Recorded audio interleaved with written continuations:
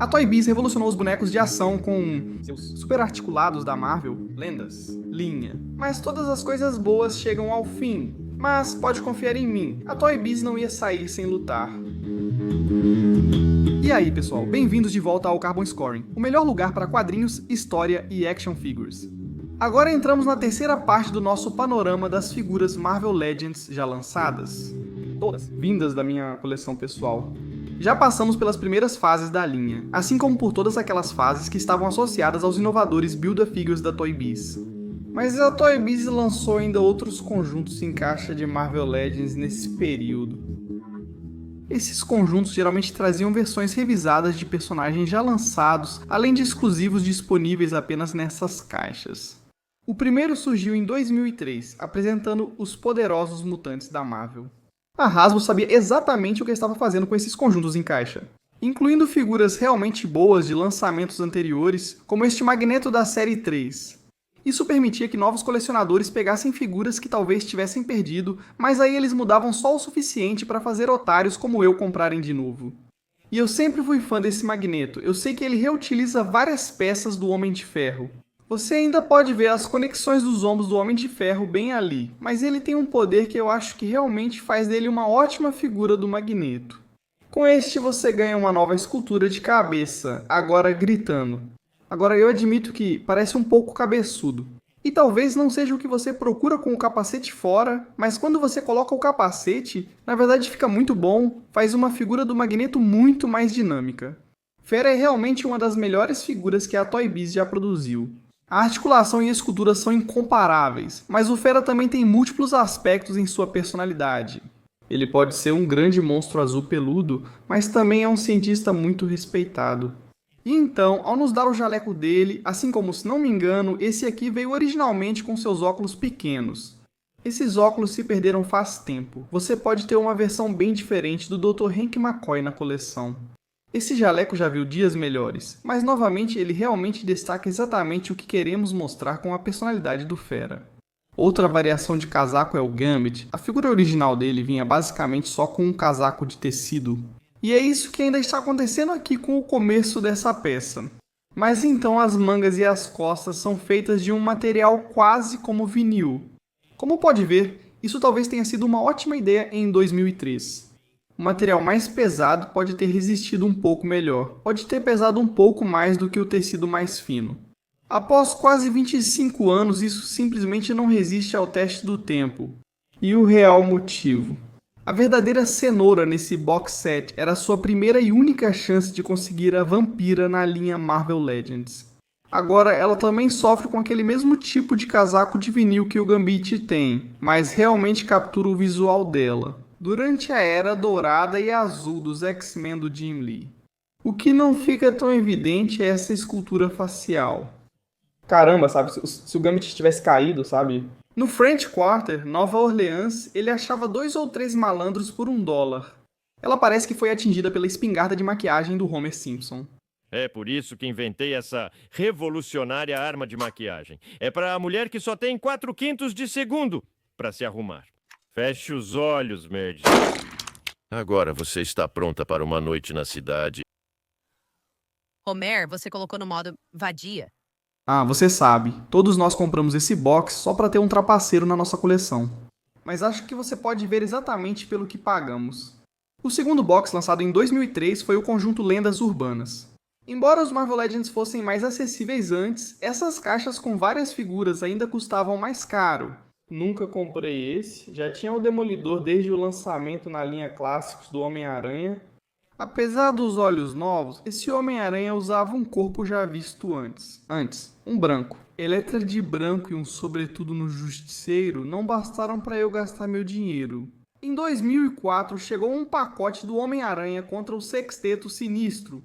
Só 3 das 7 figuras eram do Sexteto Sinistro original dos quadrinhos.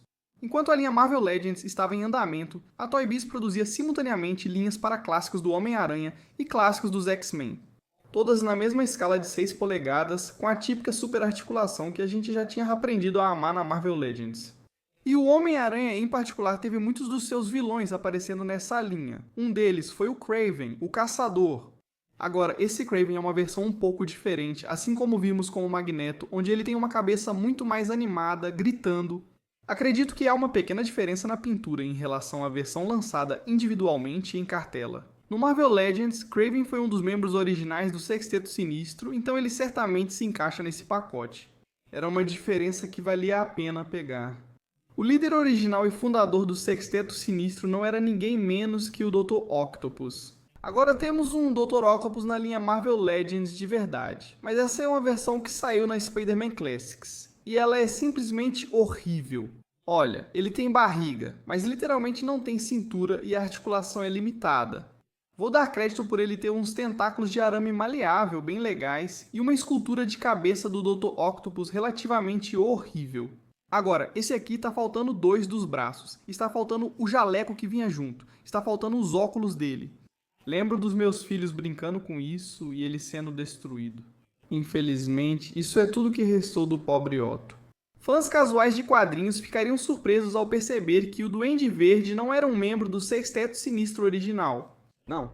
O Duende Verde surgiu em O Espetacular Homem-Aranha 14, e o Sexteto Sinistro estreou em O Espetacular Homem-Aranha Anual 1. Então ele realmente não tinha estado presente como um personagem estabelecido por tempo suficiente para participar dessa história. Essa figura do Duende Verde é uma repintura do Duende Macabro da linha Clássicos do Homem-Aranha. Olha como esses ombros são exagerados. Esse corpo é de uma versão mais dos anos 90 do Duende Macabro, quando ele era bem mais magro e desenhado desse jeito. Mas aí eles fizeram uma escolha bem estranha de colocar essa cabeça esculpida nele. E pra mim, essa cabeça sempre representou como Alex Ross desenhou e pintou o Duende Verde na minissérie Marvels. Então você tem esse corpo maluco do Duende Macabro com essa cabeça super detalhada, muito mais realista, no estilo Alex Ross, para criar um dos Duendes Verdes mais estranhos de todos. Este conjunto trazia uma personagem exclusiva, a Gata Negra Felicia Hardy em sua versão clássica. Ela está usando aquele couro com pele que vimos em muitas das suas primeiras aparições no começo dos anos 80, quando ela e o Homem-Aranha estavam juntos. Ainda sofre com aquela articulação ruim do pescoço usada nas primeiras figuras femininas dos Marvel Legends. Gosto muito desse tipo de escultura de cabeça branca esvoaçante. E algumas das articulações e proporções dela merecem destaque. Mas de novo, só ali dava para conseguir uma Gata Negra de 15 centímetros de dia. Só isso já tornava o conjunto valioso. Venom apareceu em praticamente todas as coleções dos clássicos do Homem-Aranha, desde versões monstruosas até aquelas que esguichavam água pela boca. Venom sempre esteve nas prateleiras de brinquedos, mas foi a primeira vez que apareceu como Marvel Legends. E o que eles fizeram foi pegar aquele primeiro boneco do Dente de Sabre. Olha, ainda tem as garras e tudo do Dente de Sabre nele, só pintaram de novo. Com Venom colocando a capa na cabeça do Ed Brock, igual ao primeiro rosto do Venom nele. Agora, claro, o Venom é dos anos 90 e o Sexteto Sinistro é de meados dos anos 60, então ele claramente não era um membro original do Sexteto Sinistro. Mas ele é um dos personagens mais populares do Homem-Aranha e uma garantia absoluta nas prateleiras de brinquedos. O destaque desse conjunto para mim foi essa figura do Electro. Essa foi a primeira vez que tivemos uma versão de 15 centímetros do Max Dillon, e claro, ele usa muitas peças antigas. Essa é a parte de baixo do boneco original do Homem-Aranha Classics. E já vimos a parte de cima em vários Marvel Legends mais magros. Mas a estrela do mar elétrica gigante na cabeça dele, essas mãos com os dedos abertos para que ele pudesse disparar seus raios elétricos. Esse boneco ficou exposto por muito tempo na minha coleção porque ele representava aquele visual clássico do Electro do Steve Ditko. E o que seria de um box do Homem-Aranha sem ele? Aqui está nosso amigo Pedro, você vai ter que desculpá-lo. Ele sofreu um pequeno trauma no pescoço. A cabeça dele está quase caindo, mas é uma escultura de cabeça única, encontrada apenas nesse box. Essa é uma figura que muita gente adorou por causa da articulação, pela capacidade real de movimento dessa peça. Nunca gostei dela, sempre achei esse Homem-Aranha meio bobo. Achei que a articulação atrapalhou o design e deixou a figura com uma aparência bem estranha. Mas olha, alguém tem que lutar contra todos esses caras maus. 2004 também viu o lançamento de um box do Quarteto Fantástico que seria modificado e relançado em 2005 com trajes variantes. Esse box sempre foi especial para mim por alguns motivos. O Quarteto Fantástico usa os uniformes da era John Byrne com azul escuro e detalhes brancos. Isso surgiu na minha fase favorita do título, quando John Byrne era roteirista e artista nos anos 1980. Na Carmen Scoring, adoramos a interseção entre quadrinhos, história e action figures. E essas são projetadas especificamente para se parecerem com a arte do saudoso mestre, Mike Waringo. Waringo e Mark Waid se uniram para trabalhar na primeira família da Marvel, e realmente trouxeram os personagens de volta às suas raízes como uma família de aventureiros. E foi ótimo ver que eles mantiveram o mesmo molde do Senhor Fantástico, mas deram a ele uma cabeça bem clássica do Waringo. E o mesmo pode ser dito sobre o Tocha. Você tem o mesmo corpo clássico do Tocha, mas com o novo esquema de pintura, dá pra ver o uniforme da era John Byrne aparecendo ali. Mas novamente o rosto do Johnny foi esculpido diretamente das páginas da arte do Mike Waringo. Então, mais um exemplo de como esse conjunto se encaixa tão bem. E sim, finalmente temos a Mulher Invisível. Ela foi a única integrante do Quarteto Fantástico que não foi incluída nos lançamentos individuais da linha Marvel Legends. E essa era a única forma de consegui-la. Agora, é frustrante porque o uniforme dela não combina com os trajes clássicos do Jack Kirby das versões solo. E essa escultura de cabeça é tão específica do Waringo, tão específica que é difícil fazer com que ela funcione em qualquer outra exposição. Agora, existia uma variante translúcida muito rara que eu gostaria de ter, porque essa é uma figura que você poderia usar em uma exposição diferente. Mas no que diz respeito à fidelidade ao visual da arte, ela ainda está perfeita. Ben Grimm recebe o tratamento Waringo em um dos melhores trabalhos de pintura da Toy Biz. Então você pode ver que esse corpo é o mesmo do Coisa vendido individualmente, mas claro, ele tem aquela cabeça estilizada do Mike Waringo. Mas diferente do Coisa anterior que tinha sido lançado, esse aqui realmente demarca as pedras, com um laranja muito mais consistente em todo o corpo. Claro, ele está com os shorts queimados, o que ajuda bastante, mas essa cabeça do Waringo com aqueles dentes cerrados e irregulares nesse corpo super maneiro faz dessa uma figura incrível. E o que seria da primeira família sem a família?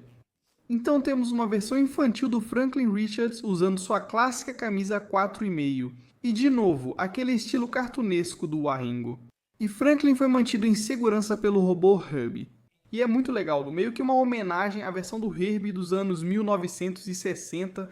Esses dois combinam muito e eram exatamente o que a caixa dizia precisar para completar. Você o conhece, gosta dele, ele é quase o quinto Beatle. Onde quer que você encontre o Quarteto Fantástico, você vai encontrar Victor Von Doom. E este aqui é praticamente uma reedição direta da versão lançada individualmente. Acredito que foi na série 2 com uma mudança significativa, que é a escultura sob a máscara. Eles optaram por uma escultura facial muito mais cheia de cicatrizes neste aqui. Então, uma melhoria significativa nas cicatrizes em relação ao que vimos na versão lançada individualmente. Um ano depois, a Toy Biz lançou outro box do Quarteto Fantástico, agora com os trajes do Heroes Reborn.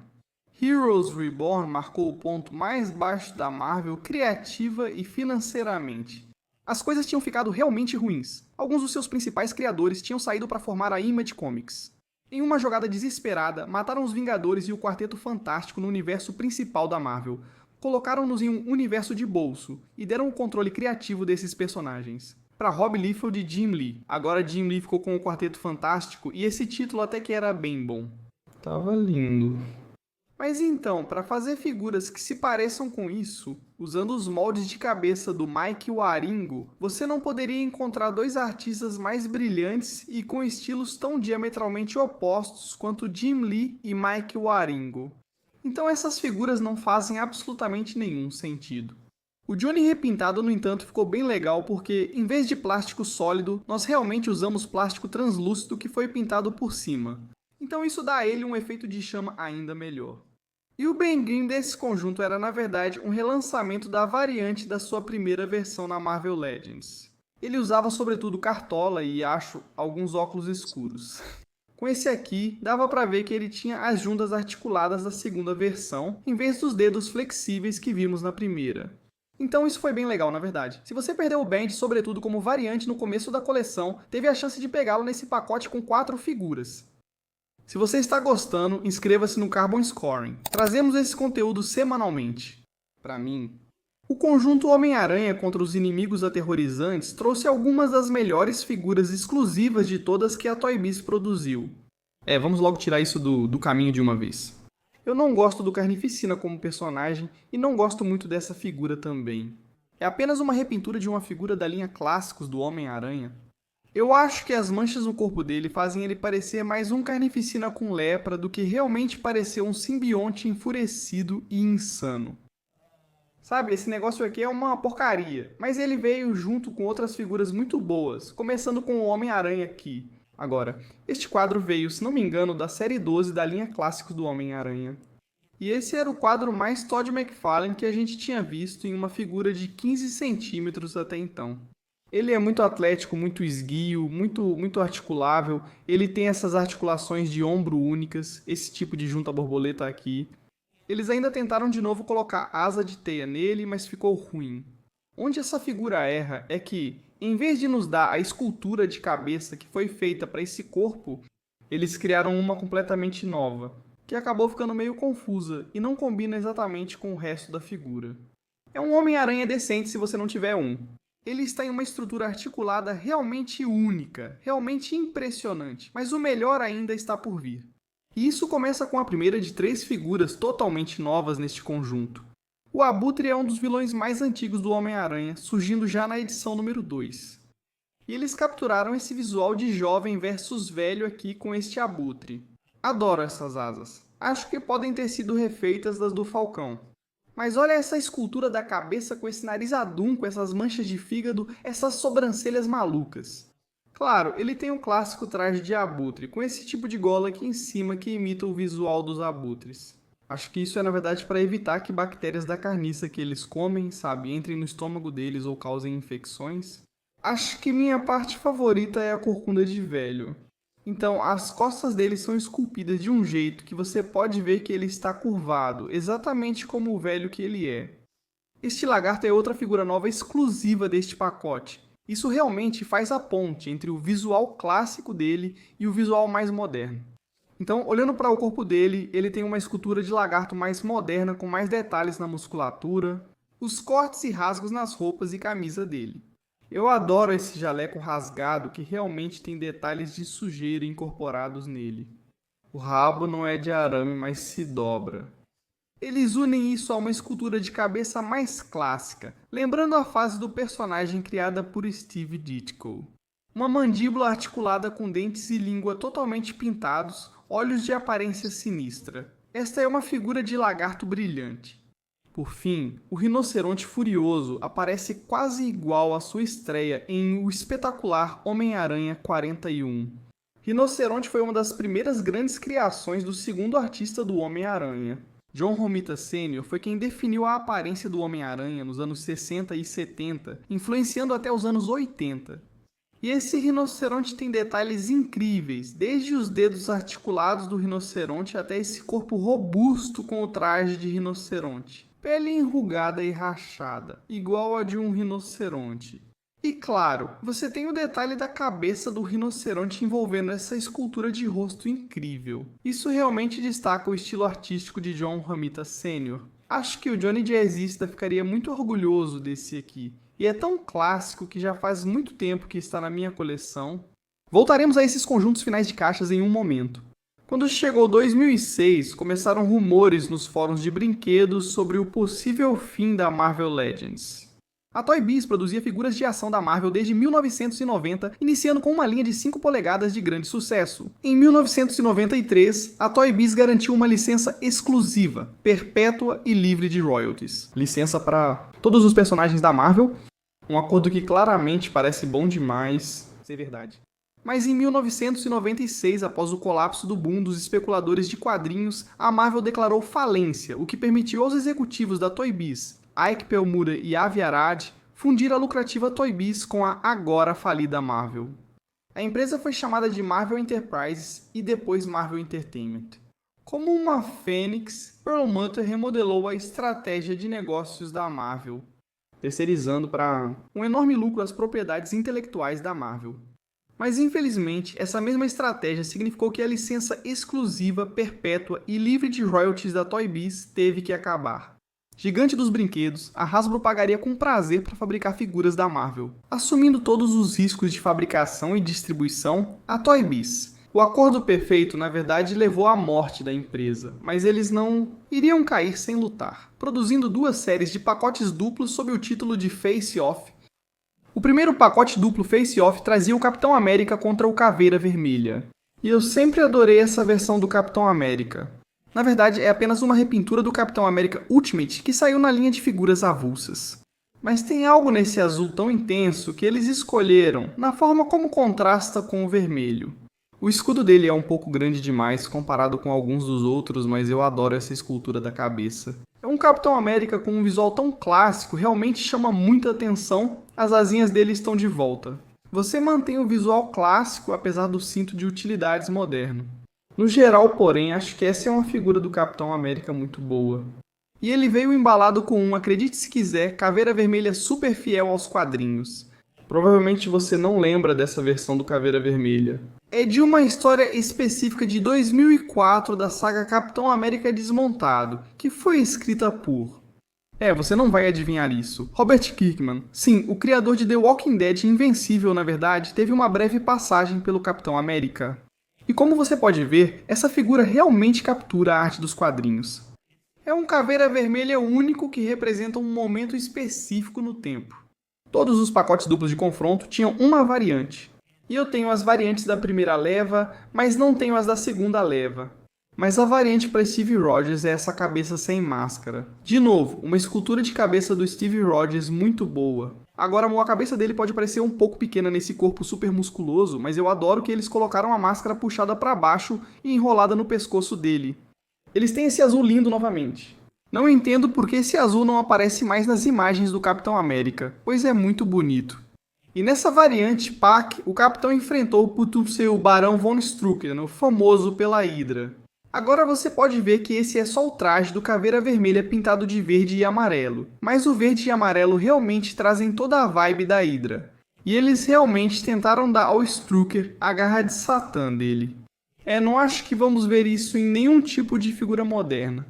Por tempo demais, Demolidor foi ignorado na linha Marvel Legends, mas isso acabou com essa figura incrível da série Face Off. Eu adoro esse vermelho vibrante e esse ótimo, único esculpido para o Demolidor.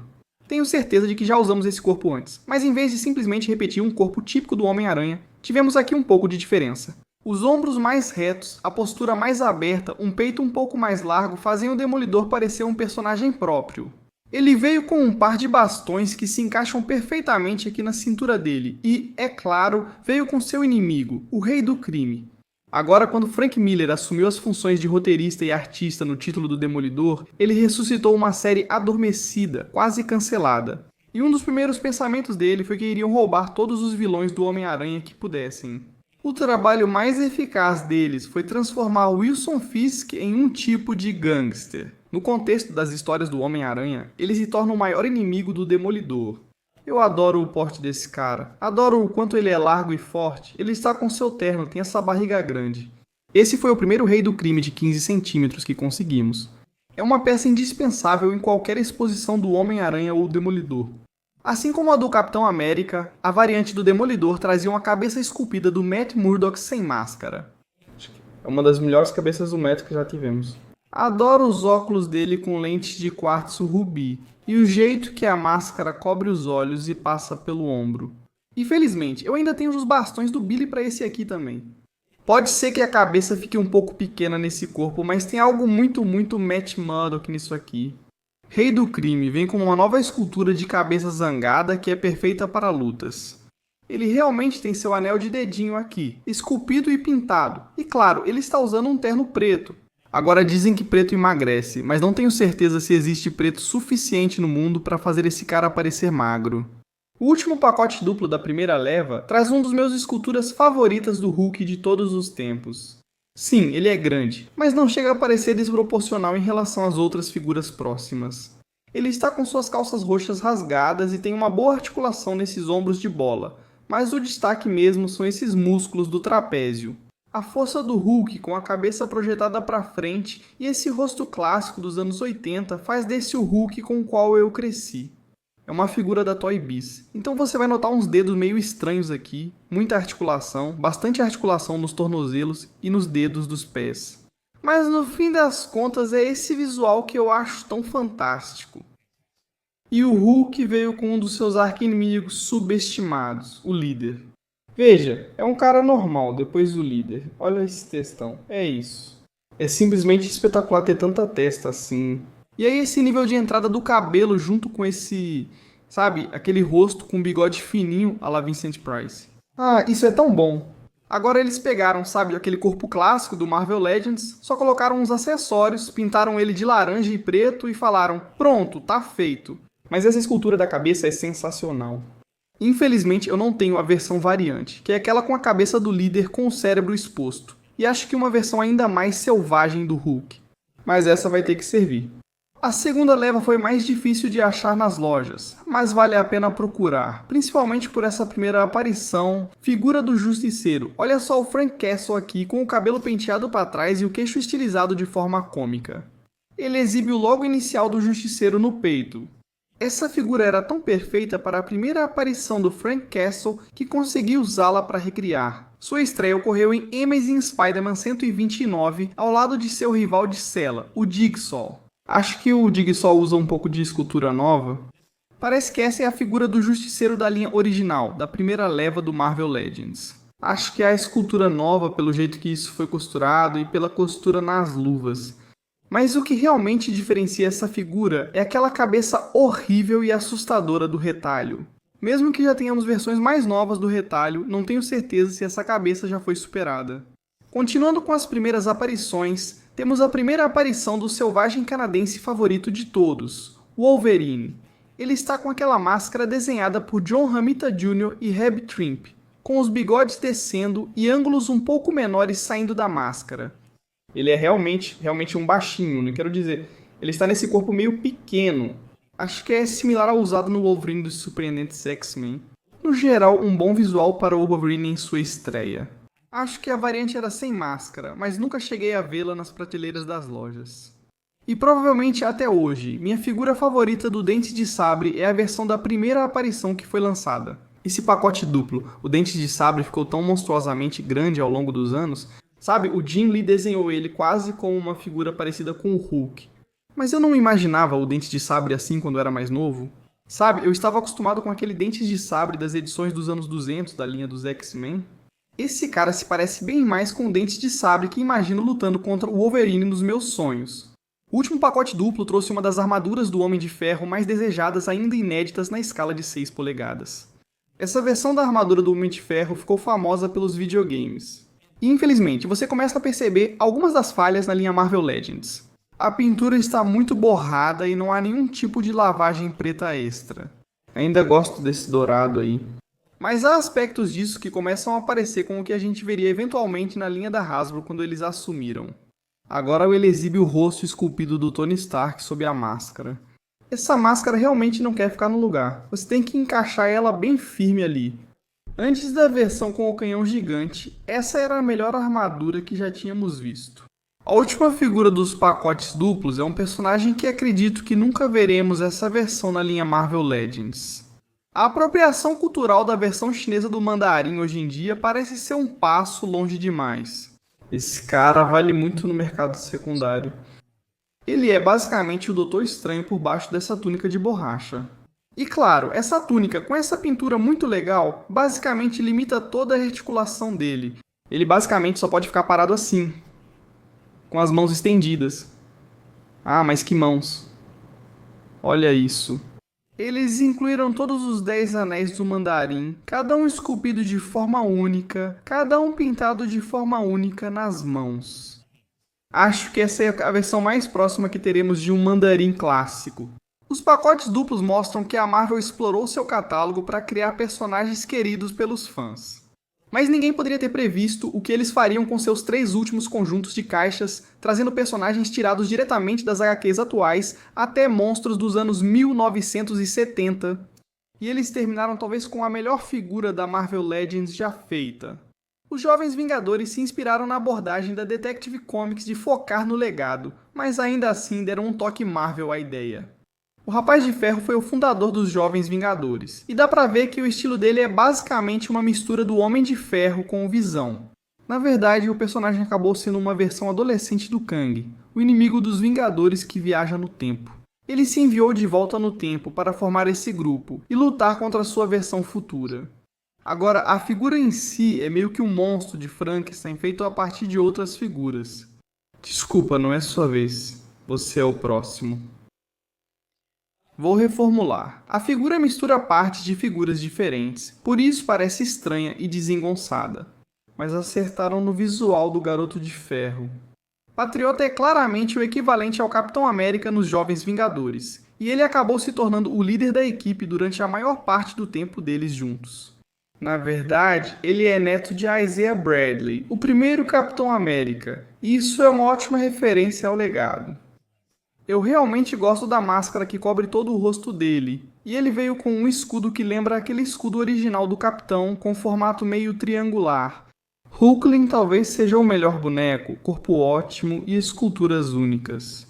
Eu adoro que ele tem brincos nas orelhas porque ele é meio, sabe, um garoto meio moderno.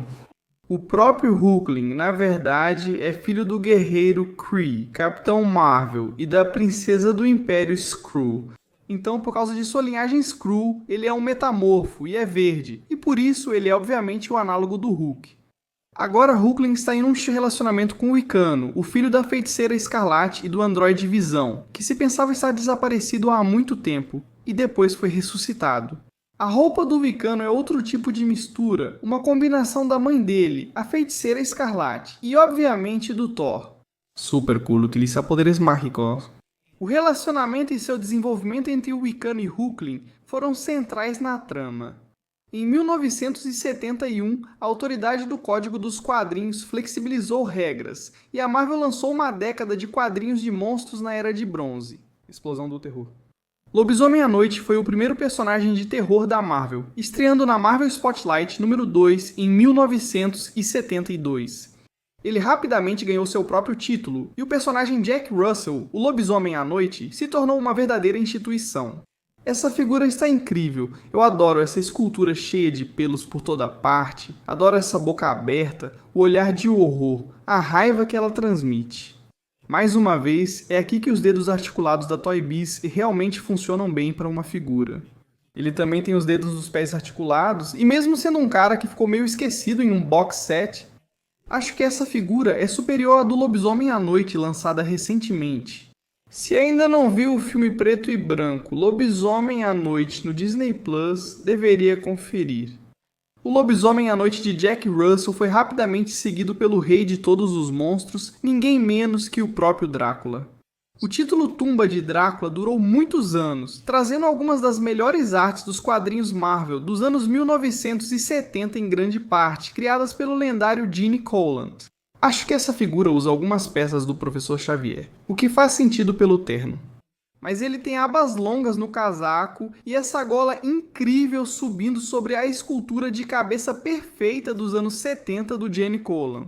Olha esses dedos, olha essas mãos. Essa é a versão clássica perfeita do Drácula da Marvel.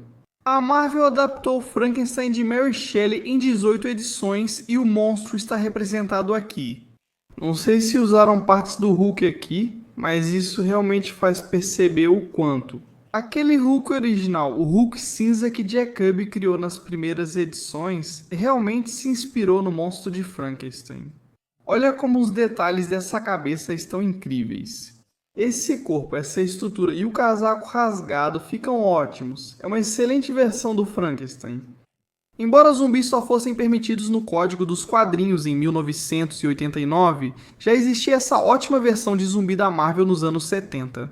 Agora, a expressão Marvel Zombie vem dos anos 1960 e era usada para representar pessoas que compravam apenas quadrinhos da Marvel. Eles ignoravam a concorrência direta e eram completamente apaixonados pela Marvel. Então, eu acho que é bem legal que a gente tenha uma representação 3D de um zumbi da Marvel. Com a barriga afundada, cheio de cicatrizes, músculos à mostra na escultura, os pés saindo disso e um corte de cabelo incrível dos anos 70 para o nosso zumbi da Marvel. Finalmente, O evento dos quadrinhos Mutantes, Casa de M, se espalhou pelo universo Marvel, permitindo que a Toy Biz nos desse alguns dos mais únicos bonecos clássicos. Casa de M foi um universo alternativo criado pela Feiticeira Escarlate, onde os mutantes governavam e estavam no poder, e os humanos eram os procurados, caçados e considerados uma espécie inferior. Agora, essa história passou por todos os títulos dos mutantes, mas também atingiu a maioria dos títulos principais da Marvel, incluindo obviamente o Hulk. Agora, como esse era um universo completamente novo, todo mundo ganhou novas histórias de origem, e a do Hulk era relativamente parecida com a sua história original do universo Marvel 616. Ele exagerou na radiação gama, virou um monstro gigante e foi caçado. Mas nesse caso, ele acabou sendo enviado para a Austrália e foi viver no interior australiano ajudando o povo aborígene. E é isso que essa figura representa. Você pode ver toda essa arte aborígene intrincada e bonita pintada por todo o corpo do Hulk. É uma das que eu acho que é simplesmente tão clara. Como esse branco e o estilo de arte se destacam e combinam tão bem nessa figura. É uma figura lindíssima do Hulk, de uma fase bem obscura do personagem. No universo da Casa de M, Ben Grimm era o piloto de um foguete experimental para o espaço, levando seus melhores amigos Reed Richards, Suzy Storm e John Jameson. O Johnny não foi nesse voo, quem foi o John Jameson. Infelizmente, eles foram bombardeados por raios cósmicos, e só o Ben sobreviveu, sendo transformado nesse monstro bruto. Ele foi acolhido por Victor Von Doom na Letônia e foi tratado muito mal. Quero dizer, ele era basicamente como um cachorro da casa. Você percebe como esse personagem está abatido e triste e quanta expressão colocaram em seu rosto. Junto com Von Doom, ele fez parte do novo Quarteto Terrível na continuidade da Casa de M, com outro personagem que estamos prestes a ver. Pode ser outro universo, mas continua o mesmo. Doom, certa vez, encontrou Ben Grimm e o transformou no It em vez do Coisa. Ele usou os corpos despedaçados e carbonizados dos outros membros anteriores do Quarteto Fantástico e os usou como fonte de energia. Seu enteado e sua esposa, seu enteado, Christoph, se tornou o Tocha Inumana. E essa é uma figura tão linda, plástico translúcido por toda parte, pintura incrivelmente detalhada, uma escultura de cabeça quase como a do motoqueiro fantasma e asas de fogo demoníaco translúcidas. Eu odeio que esse seja um personagem tão único de uma parte tão pequena, tão insignificante do universo Marvel. Mas o fato de termos conseguido uma figura tão espetacular assim é realmente incrível e realmente guardar o melhor para o final. Em um mundo dominado por mutantes, Tony Stark é a última esperança da humanidade. Ele é o humano mais inteligente da Terra e construiu uma armadura para se proteger e afastar os mutantes, esperando para a humanidade. Foi apenas uma minissérie curta, mas foi desenhada pelo artista Pat Lee, cujos traços de mangá ficam muito claros nessa figura absolutamente épica do Homem de Ferro da Casa de M. Olha só os detalhes nesse capacete, esse visual incrível de mangá e anime japonês que aparece em todo o traje. Essa peça vem direto da capa da primeira edição dessa minissérie e captura perfeitamente a arte de Pat Lee. Dessa arma enorme, com a cinta de munição alimentando por trás do seu tipo de mochila gigante, com sistema de propulsão a jato. Tem até pequenas asas articuladas, asas duplamente articuladas aqui nas costas, com algo que ainda você sabe, visualmente é reconhecido como Homem de Ferro, mas é algo completamente diferente. Esta é uma escultura totalmente nova, nunca será usada novamente de nenhuma forma, jeito ou maneira. Para eles colocarem isso no box set final, foi meio que o canto do cisne da Toy Biz. Foi o sinal deles de que não havia nada que não pudéssemos realizar em figuras de ação super articuladas de 15 centímetros. E para mim, essa é realmente uma das melhores figuras que eles já produziram. Todas as coisas boas chegam ao fim, mas deixe-me saber se você quer que eu continue com essa análise figura por figura de todos os Marvel Legends já produzidos. E se você aprecia o esforço, deixe um like no vídeo. Para o melhor dos quadrinhos, história e action figures, inscreva-se no Carbon Scoring.